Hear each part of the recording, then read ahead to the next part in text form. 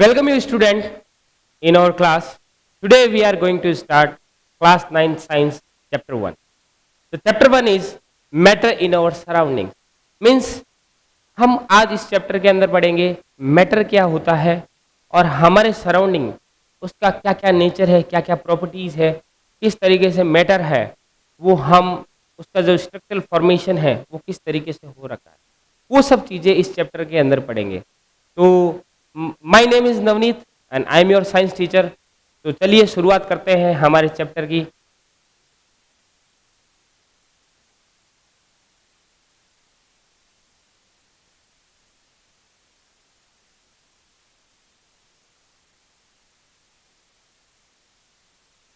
तो सबसे पहला जो पढ़ लेते हैं मैटर. मैटर क्या होता है? मैटर वो चीज है जो स्पेस ऑक्यूपाई करता है और साथ ही साथ उसका क्या होता है, कुछ मास होता है.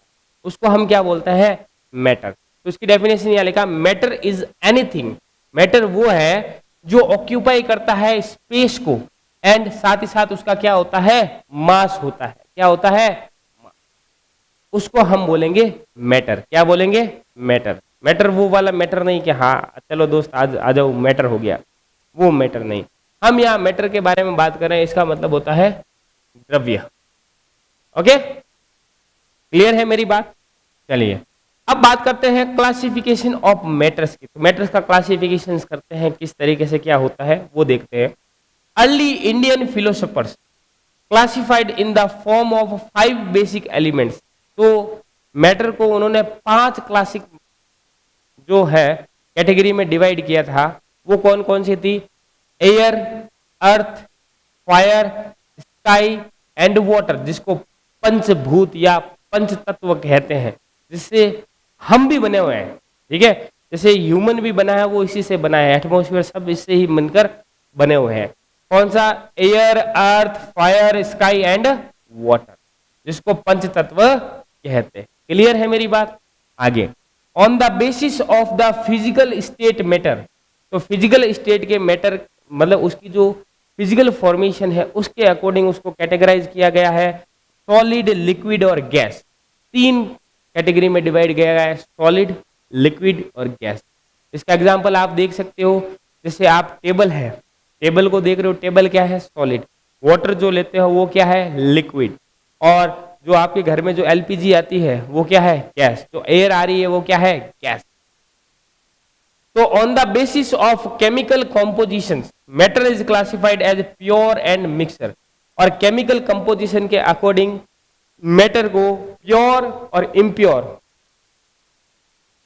ठीक है, प्योर इम्प्योर को क्या बोल सकते हैं? मिक्सर कह सकते हैं. प्योर और मिक्सर सब्सटेंस के अकॉर्डिंग डिवाइड किया गया.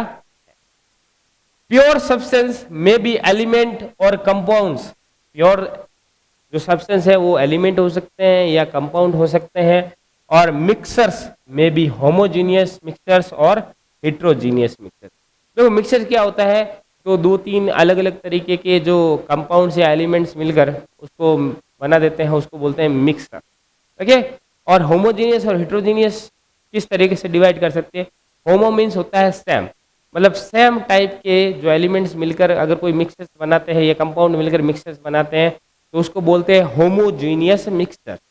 और हेट्रोजीनियस मतलब अलग अलग एलिमेंट या अलग अलग कंपाउंड्स मिलकर जो मिक्सचर्स बनाते हैं उसको बोलते हैं heterogeneous mixture. Okay, next.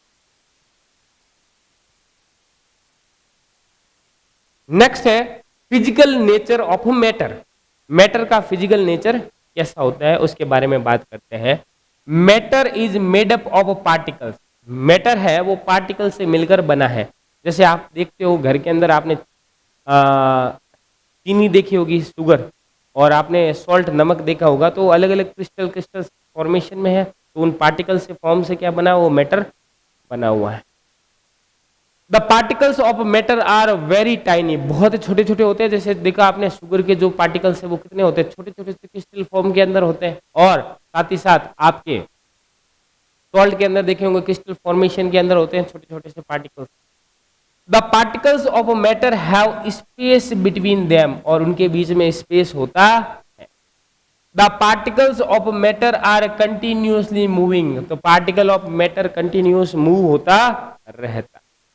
The particles of matter attract each other, particle of matter है एक दूसरे को अट्रैक्ट भी करते हैं।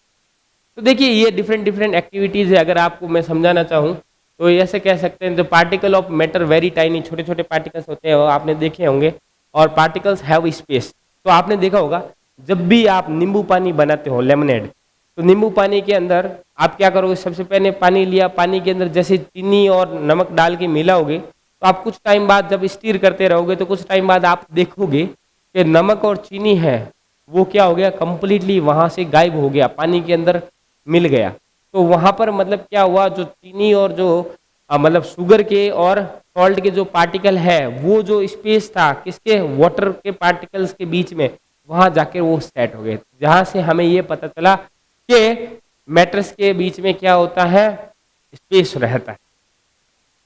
Particles matter are continuously moving, देखो अगर वाटर अगर कहीं से टैप से फ्लो हो रहा है, अगर मैं उसके बीच में हाथ रख दूं, ठीक है, तो भी वो कंटिन्यूसली फ्लो होता, फिर वापस हाथ रखूं तो रुक जाएगा, हाथ हटाते ही वापस कंटिन्यूसली फ्लो होना शुरू हो जाएगा, तो उसकी कंटिन्यूटी रुकती नहीं है। और आप देखो अगर मैं बीच में से कहीं हाथ रखूं तो पानी है वो दोनों तरफ से आकर यहाँ इस मेरी उंगली को छोड़ देगा और इस नीचे की तरफ आकर वापस मिल जाएंगे। यानी कि वाटर पार्टिकल एक दूसरे को क्या करते हैं, मतलब मैटर के पार्टिकल एक दूसरे को क्या करते हैं, अट्रैक्ट करते हैं। ओके, देखिए एक्टिविटी करते हैं, matter is made up of particles, तो ये एक्टिविटी बता देते हैं आपको। Take some water in a beaker and note its level, dissolve some salt और शुगर, जैसे ही सॉल्ट और शुगर इसके अंदर मिलाते हैं तो आप देखोगे the level of water does not change, water का जो लेवल है बिल्कुल भी चेंज नहीं हुआ। तो भाई साहब वो शुगर और जो सॉल्ट है वो गया कहाँ, उस वाटर पार्टिकल के बीच में जो स्पेस था वहां जाकर वो सेट हो गया। ओके, नेक्स्ट नेक्स्ट है the particle of matter are very tiny, बहुत छोटे छोटे होते हैं। देखिए कैसे, डिजोल्व 2 और 3 crystals of potassium permanganate in 10 ml of water in a beaker, तो पोटेशियम परमैंगनेट को 10 ml ऑफ वाटर के साथ यहाँ पे डिजोल्व किया, अलग अलग, ये देखो आपको दिख रहे हैं, ठीक है। The take 10 ml of this solutions and dissolve in 100 ml of water, 100 ml of water, ये अलग अलग कलर के भरे हुए हैं, इसके अंदर डालते हैं। Take 10 ml of this solution and dissolve in 100 ml of water. Repeat this process 5 to 6 times. This shows that a few crystals of potassium permanganate can color a large volume of the water because there are millions of tiny particles in the crystal. तो इसका आप घर पे भी एक experiment कर सकते हैं। जो आपका फाउंटेन पेन है जिसके अंदर से थोड़ी सी इंक निकालना, फिर आप एक ग्लास के अंदर पानी भरना और उसके अंदर उस फाउंटेन पेन जो उस इंक है, उस इंक की 1 या 2 बूंदे उसमें डालोगे तो आप देखोगे कुछ ही सेकंड्स बाद जो पूरी की पूरी जो वाटर ग्लास है, वो ग्लास का जो वाटर है वो कंप्लीटली उस इंक के कलर का हो जाएगा। अगर ब्लू इंक ली है तो ब्लू कलर का हो जाएगा, या रेड ली है तो रेड हो जाएगा। ओके, तो इससे ये पता चलता है कि particles of matter are very tiny. Next, the particles of matter have space between them, मतलब पार्टिकल जो मैटर के है उसके बीच में क्या होता है, स्पेस रहता है। Take some water in a beaker and note its level, तो देखो स्पेस आपको मैंने बता दिया, ये एक्टिविटी स्पेस किस तरीके से रहता है। शुगर और सॉल्ट को जब मिलाकर देखते हैं तो कुछ टाइम बाद शुगर और सॉल्ट वाटर के अंदर कंप्लीटली मिल जाते हैं और हम वापस से वाटर लेवल जब चेक करेंगे तो water level same to same रहेगा उस बीकर के अंदर, यानी कि जो पार्टिकल्स थे वाटर के उसके बीच में स्पेस रहता है जिसके कारण वो स्पेस को कवर अप कर लेता है। चलिए next, particles of matter are continuously moving, देखो ये किस तरीके से मूवमेंट कर रहे हैं, कंटिन्यूसली देखो चल रहे हैं, ठीक है। तो take some water in a beaker and put a drop of blue और रेड कलर, ये मैंने आपको बता दिया किस तरीके से कंटिन्यूसली मूव हुआ। जब ब्लू और ये जो रेड कलर की जो स्याही है उसके अंदर डाला तो उसने कुछ ही सेकंड्स के अंदर पूरे के पूरे वाटर के कलर को चेंज कर दिया। Okay, next, particles of matter attract each other, particle हो मैटर के वो एक दूसरे को अट्रैक्ट करते हैं किस तरीके से। Take an iron nail, a piece of chalk and rubber band and try breaking them by hammers, ठीक है, कटिंग और stretching, it is more easier to break the chalk, lesser easier to break the rubber. आपने देखा होगा कि अगर rubber band लेते हैं, एक चौक लेते हैं, एक नेल लेते हैं, मतलब लोहे की कील लेते हैं, तो चौक को तोड़ना सबसे आसान रहेगा, ठीक है। दूसरा रबर बैंड को थोड़ा मुश्किल, और नील को मतलब अपन बोले जो लोहे की कील है उस कील को तोड़ना उससे भी मुश्किल रहेगा। It is more easier to break the chalk, less easier to break the rubber band and difficult to break the iron nail. This is because the particle in the iron nail held together with greater force than the rubber band or a chalk. तो इस तरीके से जो particles है आपस में बहुत ज्यादा एक दूसरे से चिपके हुए रहते हैं, जिस कारण से उनको ब्रेक करना बड़ा मुश्किल रहता है।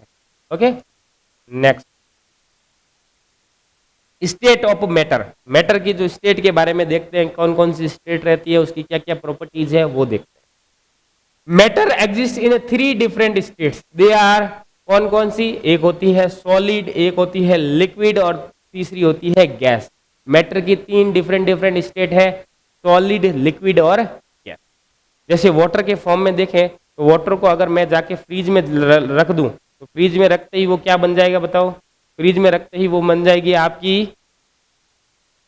आइस, यानी कि अब वो कैसी कंडीशन होगी उसकी, सॉलिड।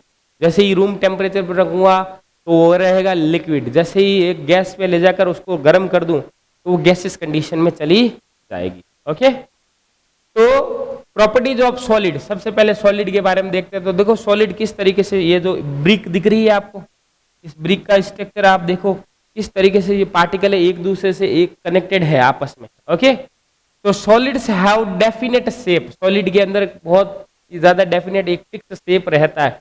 आप अपने आसपास की टेबल देख सकते हो, अपना मोबाइल फोन देख सकते हो, तो उनका एक प्रॉपर शेप रहता है। एंड फिक्स्ड वॉल्यूम, वॉल्यूम भी क्या रहेगा, fix. The space between the particle is minimum, इनके बीच में जो स्पेस रहता है मतलब होता ही नहीं है, न के बराबर होता है या फिर मिनिमाइज्ड होता है। The force of attraction between the particle is maximum, और इनके क्यों इतना स्पेस मिनिमाइज क्यों रहता है, क्योंकि इनका जो फोर्स ऑफ अट्रैक्शन है दो पार्टिकल अपने पास वाले पार्टिकल को अट्रैक्ट करने का वो सबसे ज्यादा होता है, मैक्सिमम रहता है। The movement of the particle is minimum, अब भाई स्पेस ही नहीं रहेगा मूवमेंट कहाँ करेगा। अब भाई एक रूम के अंदर अगर 50 लोगों के खड़े होने की क्षमता है और वहां पे मैंने 60 लोग लाके खड़े कर दिए, तो अब बताओ क्या एक भी थोड़ा बहुत भी हिल पाएगा क्या, नहीं हिल पाएगा। दे आर लिस्ट कंप्रेसिबल, इसको भाई कंप्रेस कैसे किया जा सकता है, ऑलरेडी वो कंप्रेस है। कंप्रेस तब किया जा सकता है कि जब पार्टिकल के बीच में स्पेस हो। There rate of diffusion is list, उनकी डिफ्यूजन की जो लिस्ट रेट है वो भी क्या होगी, लिस्ट, मतलब तोड़ नहीं सकते उसको। ओके, आगे देखो प्रॉपर्टीज ऑफ लिक्विड। अब लिक्विड के पार्टिकल्स में थोड़ा थोड़ा गैप होता है, जैसे ये देखो बोतल के अंदर एक लिक्विड भरा हुआ है, ठीक है। Liquid have no definite shape, कोई डेफिनेट शेप नहीं है, जैसा कंटेनर हम यूज करेंगे उस कंटेनर के अकॉर्डिंग उसका शेप होता चला जाएगा, ठीक है। इजी टू फिट है ये। Have fixed volume, liquid take the shape of the container, container जैसे अगर बोतल जैसा लिया तो बोतल, अगर ऐसा कंटेनर लिया तो इस तरीके में चला जाएगा, अगर ऐसे सिलेंड्रिकल कंटेनर लिया तो सिलेंड्रिकल फॉर्म में चला जाएगा। Okay, next, the space between the particles is intermediate, ठीक है। स्पेस क्या रहता है, ना तो भाई सॉलिड के कंपैरिजन में तो ज्यादा रहेगा स्पेस, लेकिन गैस के कंपैरिजन में जो स्पेस रहेगा पार्टिकल के बीच में वो कम रहता है। ओके, मतलब अगर स्पेस है इसका मतलब उसको कंप्रेस भी किया जा सकता है। Okay, next, the force of attraction between the particle is intermediate, the movement of the particle is intermediate. भाई मूवमेंट भी कर सकेंगे क्योंकि स्पेस है थोड़ा थोड़ा। दे आर लेस कंप्रेसिबल, इसको कम दबाया जा सकता है, मतलब सॉलिड के कंपैरिजन में तो कंप्रेस किया जा सकता है बट गैस के कंपैरिजन में कम कंप्रेस किया जा सकता। There rate of diffusion is more than solid, solid के कंपैरिजन में इसकी डिफ्यूजन की रेट क्या होगी, ज्यादा, क्यों, स्पेस है भाई साहब। अगला है प्रॉपर्टीज ऑफ गैस। देखो कितने दूर दूर पार्टिकल्स है, जैसे देखो ये आप बलून देख रहे हो, बलून में जो एयर भरी हुई है, एयर के पार्टिकल्स से दूर दूर है, यानी कि हाईली कंप्रेसिबल है ये। तो gases have no definite shape और fixed volume. Gas occupy the whole space of the container, container के पूरे स्पेस को कवर कर सकता है, ठीक है।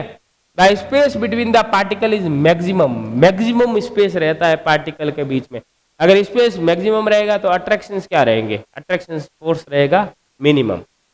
The force of attraction between the particles is minimum, the movement of the particles is maximum. भाई जब कोई रोकने वाला ही नहीं है तो बड़े आराम से घूमेंगे एकदम। And they are most compressible, ज्यादा से उसको बहुत ही ज्यादा हाईली कंप्रेस कर सकते हैं। आप देख सकते हो जो एलपीजी है आपके घर में आप यूज करते हो गैस, वो क्या है, वो हाईली कंप्रेस्ड है। उसको जो वॉल्यूम के अंदर जो लिक्विड में कन्वर्ट किया गया है तो वो क्या है, highly compressed gas. There rate of diffusion is more than solid और लिक्विड, दोनों से ज्यादा होगी क्योंकि स्पेस दोनों के से बहुत ज्यादा है। नेक्स्ट बात करते हैं, ये देख लो वापस फोटो बता देता हूं आपको किस तरीके से।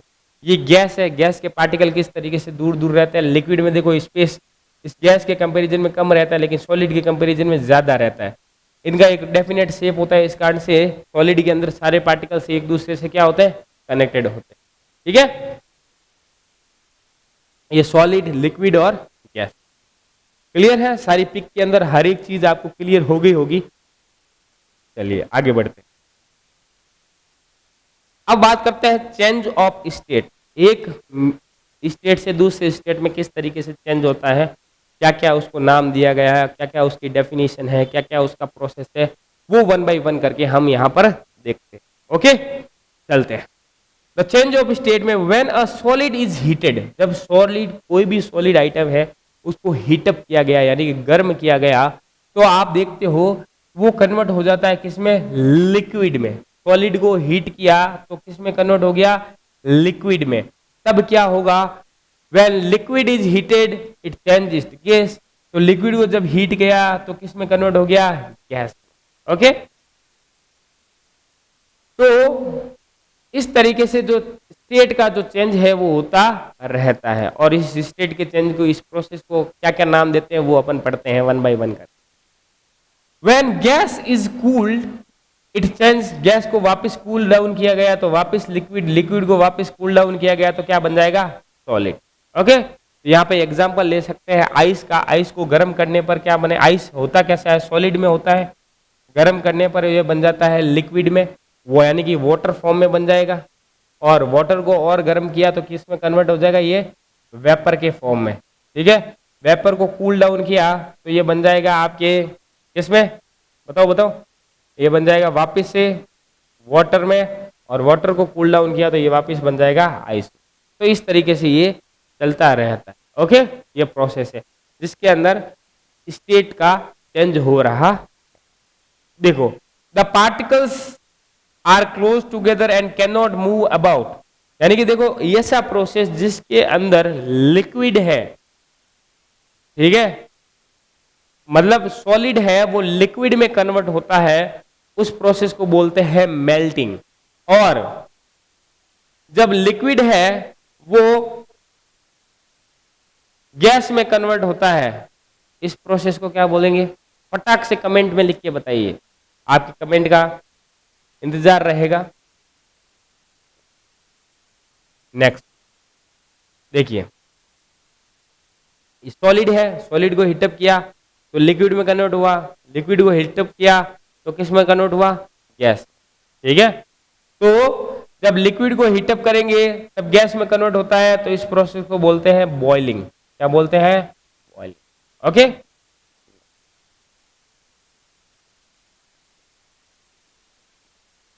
मेल्टिंग या फिर फ्यूजन क्या होता है, देखिए When a solid is heated, the particle begins to vibrate with greater speed. जब सॉलिड को हीटअप किया जाता है तो उसके अंदर से पार्टिकल है बहुत ग्रेटर स्पीड से वाइब्रेट होना शुरू हो जाता है, मूवमेंट करना शुरू कर देते हैं, ठीक है। And begins to move more freely, और इसके कारण से क्या होगा, उनके बीच में जो अट्रैक्शन फोर्स है वो क्या हो जाता है, ब्रेक डाउन होना शुरू हो जाता है और वो बहुत ज्यादा स्पीड से मूवमेंट करना शुरू कर देते हैं, फ्रीली मूव करना शुरू कर देते हैं। Then a particle temperature the solid melt, मतलब एक ऐसा पर्टिकुलर टेम्परेचर जहां पर सॉलिड मेल्ट होके चेंज हो जाता है लिक्विड में, the process of melting is also known as fusion, और इस जो मेल्टिंग के प्रोसेस को फ्यूजन भी नाम दिया गया है। मतलब एक ऐसा पर्टिकुलर टेम्परेचर जहां पर सॉलिड कन्वर्ट होना शुरू हो जाए किसमें, लिक्विड में, उसको बोलते हैं मेल्टिंग या फिर बोलते हैं fusion. Okay, the temperature at which a solid melt is called its a melting point. इसकी डेफिनेशन सीधी सीधी एग्जाम में 100% पूछी जाती है, what is melting point, the temperature at which solid starts to convert into liquid is called melting point. Okay, the melting point of ice is 0 degree centigrade या फिर 273 kelvin. ठीक है, मेल्टिंग पॉइंट कहलाता है 0 डिग्री सेंटीग्रेड या 273 kelvin. Okay, latent heat of fusion वो क्या होता है, the amount of heat energy required to change 1 kilogram of solid into liquid at atmospheric pressure at its melting point is called latent heat of fusion। ये exam में पूछा जाता है, what is latent heat of fusion। तो 1 kilogram solid को liquid में convert करते हैं किस पर, 1 एटमॉस्फेरिक प्रेशर और उसके मेल्टिंग पॉइंट पर, तो उसको बोलते हैं latent heat of fusion. Clear मेरी बात, आगे बढ़ते हैं।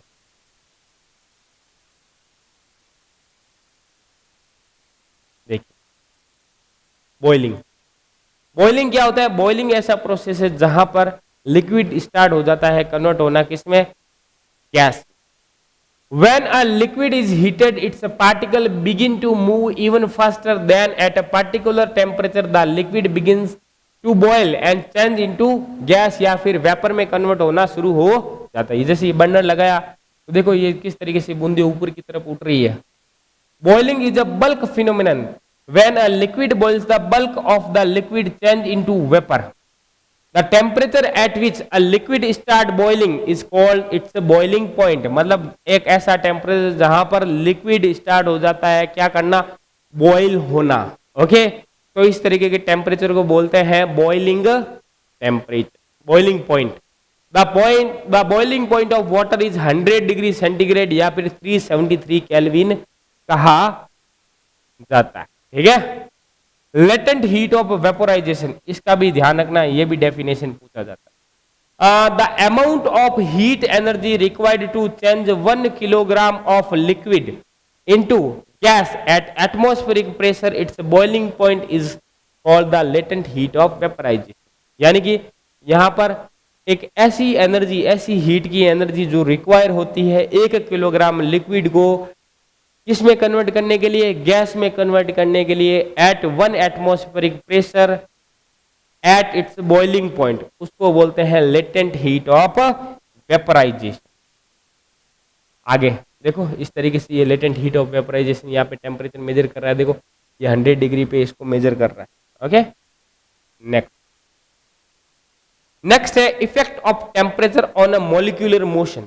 भाई टेम्परेचर का क्या इफेक्ट होता है मॉलिक्यूलर के ऊपर, सॉलिड में दोगे टेम्परेचर दोगे तो क्या होगा, उनके बीच का जो अट्रैक्शन है वो खत्म होना शुरू हो जाएगा, यानी कि जो फोर्स ऑफ अट्रैक्शन है वो कम होना शुरू हो जाएगा, जिसके कारण जो पार्टिकल्स है वो मूवमेंट करना शुरू कर देंगे, और मूवमेंट करेंगे तो इसके अंदर काइनेटिक मोशन बढ़ेगा, और काइनेटिक मोशन बनेगा तो वो अपनी फॉर्म को चेंज करना शुरू कर देते हैं। ओके, चलिए आगे बढ़ते। सब्लिमेशन, सब्लिमेशन क्या होता है देखिए, the change of state directly from solid to gas, मतलब सॉलिड से डायरेक्ट गैस में कन्वर्ट हो जाए, सॉलिड से लिक्विड में आकर लिक्विड वाली जो स्टेप है उसको स्किप कर दे, तो इस तरीके के प्रोसेस को बोलते हैं सब्लिमेशन, जिसका सबसे बढ़िया एग्जांपल है कैम्फोर, कपूर।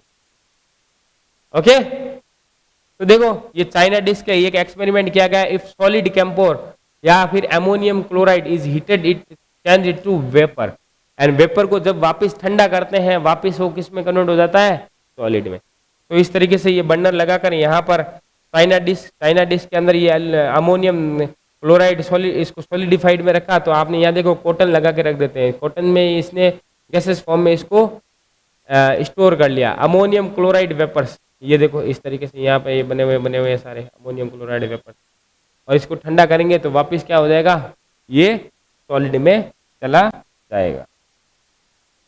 इस प्रोसेस को बोलते हैं सब्लिमेशन। अगला देखते हैं effect of pressure on A gases. Gases के ऊपर प्रेशर का क्या इफेक्ट। ये देखो एलपीजी के अंदर किस तरीके से हाईली कंप्रेसिबल जो गैस होती है उसको कन्वर्ट किया जाता है, और एक एलपीजी के मतलब सिलेंडर के फॉर्म में सब पूरी गैस को स्टोर करके आपको दे दिया जाता है। एलपीजी की जो फुल फॉर्म है वो क्या है, लिक्विड पेट्रोलियम गैस। ये ध्यान रखना एग्जाम में पूछी जाती है। एलपीजी और सीएनजी, सीएनजी की है कंप्रेस्ड नेचुरल गैस। क्या है, compressed natural gas. Okay, when pressure is applied on a gas the particle come closer and the gas change into liquid. We can liquefy gas by applying pressure and reducing the temperature. Temperature को reduce कर देंगे और pressure apply करेंगे तो देखो इस तरीके से ये प्रेशर अप्लाई कर रहे हैं तो इस तरीके से हाईली कंप्रेस्ड होगी और ज्यादा कंप्रेस करने पर लिक्विड में कन्वर्ट हो जाता है। ठीक है, गैस को देखो इतना सारा था, इसको इतने से में कन्वर्ट कर सकते हैं। लिक्विड को इस गैस के कंपैरिजन में कम थोड़ा क्या कर सकते हैं, प्रेशराइज कर सकते हैं। ओके, compressed solid carbon dioxide is called dry ice. Compressed solid जिसको कार्बन डाइऑक्साइड को अपन ड्राई आइस भी कहते हैं। If pressure is reduce it change directly into gas without coming into liquid state. तो solid carbon dioxide known as dry ice भी कहा जाता है। ये भी क्या होती है, डायरेक्ट सॉलिड से गैस में कन्वर्ट हो जाती है। अगला है inter conversion of 3 state of matter के बारे में देख लेते हैं, कौन से प्रोसेस को क्या बोलते हैं। देखो सॉलिड है, सॉलिड से लिक्विड में कन्वर्ट होने का जो प्रोसेस है वो कहलाता है फ्यूजन या फिर मेल्टिंग। ठीक है, और वापस लिक्विड से सॉलिड में होने का प्रोसेस कहलाता है सॉलिडिफिकेशन। आपस में रिलेशनशिप बता रहा हूं 1 by 1 की। लिक्विड से गैस में कन्वर्ट होने के प्रोसेस को बोलते हैं वेपराइजेशन, और गैस ठंडी होकर वापस लिक्विड बनाती है उस प्रोसेस को बोलते हैं कंडेंसेशन। क्या बोलते हैं, कंडेंसेशन। तो ये जो प्रोसेस है ये रेन के अंदर हम देखो रेन फॉर्मेशन होती है, जिस तरीके से बारिश आती है तो उसमें भी कंडेंसेशन होता है। गैस का सॉलिड में बनना, कन्वर्ट होना, वो कहलाता है सब्लिमेशन। ठीक है, और सॉलिड का गैस बनना भी सब्लिमेशन ही कहलाता है। ठीक है, आगे बढ़ते हैं। इवोपरेशन। इवोपरेशन क्या होता है, जब भी सन की एनर्जी पड़ती है तो सन की एनर्जी के कारण ये क्या होता है, जो पानी है वो वेपर में कन्वर्ट होकर ऊपर उठ जाता है। ठीक है, इस प्रोसेस को बोलते हैं evaporation. The change of liquid into vapor at any temperature below its boiling point, मतलब उसके boiling point से नीचे वो जो वाटर है वो गैस में कन्वर्ट होना, वेपर में कन्वर्ट होना शुरू हो जाए तो इसको बोलते हैं evaporation. Evaporation is a surface phenomena, एक सरफेस फिनोमिना है। Particles from the surface gain enough energy to overcome the force of attraction and change to vapour state. ठीक है, यानी कि जो समुद्र के अंदर या नदियों के अंदर जो पानी है वो ऊपर उठकर बादल जो बनाते हैं, क्लाउड्स बनाते हैं जिसके थ्रू रेन होती है, वो प्रोसेस क्या है, इवोपरेशन। नमक जो बनता है हमारा वो भी इवोपरेशन के प्रोसेस से ही बनता है। फैक्टर्स अफेक्टिंग इवोपरेशन, इवोपरेशन को कौन कौन अफेक्ट करता है वो देख लेते हैं। The rate of evaporation depends upon the surface area, temperature, humidity and wind speed. तो जो इवोपरेशन की रेट है वो किस पे डिपेंड करती है भाई, सरफेस एरिया पे डिपेंड करती है। अगर भाई बड़ा सा कंटेनर लेंगे तो इवोपरेशन ज्यादा होगा क्योंकि एरिया ज्यादा मिल रहा है, छोटा लेंगे तो इवोपरेशन कम होगा। टेम्परेचर, ह्यूमिडिटी, वाइंड, देखो ह्यूमिडिटी ज्यादा होगी तो इवोपरेशन कम रहेगा, ह्यूमिडिटी कम रहेगी तो इवोपरेशन ज्यादा रहेगा। वाइंड स्पीड अगर तेज रहेगी तो इवोपरेशन कम होगा और कम होगी तो इवोपरेशन ज्यादा होगा। ठीक है, और टेम्परेचर ज्यादा होगा तो इवोपरेशन ज्यादा होगा, टेम्परेचर कम होगा तो इवोपरेशन कम होगा। Increase in the surface area increase the rate of evaporation, increase in the temperature increase the rate of evaporation. ये सब चीजें मैं आपको बता चुका हूँ। ये इस तरीके से ये सरफेस से किस तरीके से ये इवोपरेशन होता है। बिलो बॉइलिंग पॉइंट टेम्परेचर पे जो वाटर है, मतलब जो लिक्विड है वो गैस में कन्वर्ट होना शुरू हो जाए वो कहलाता है इवोपरेशन।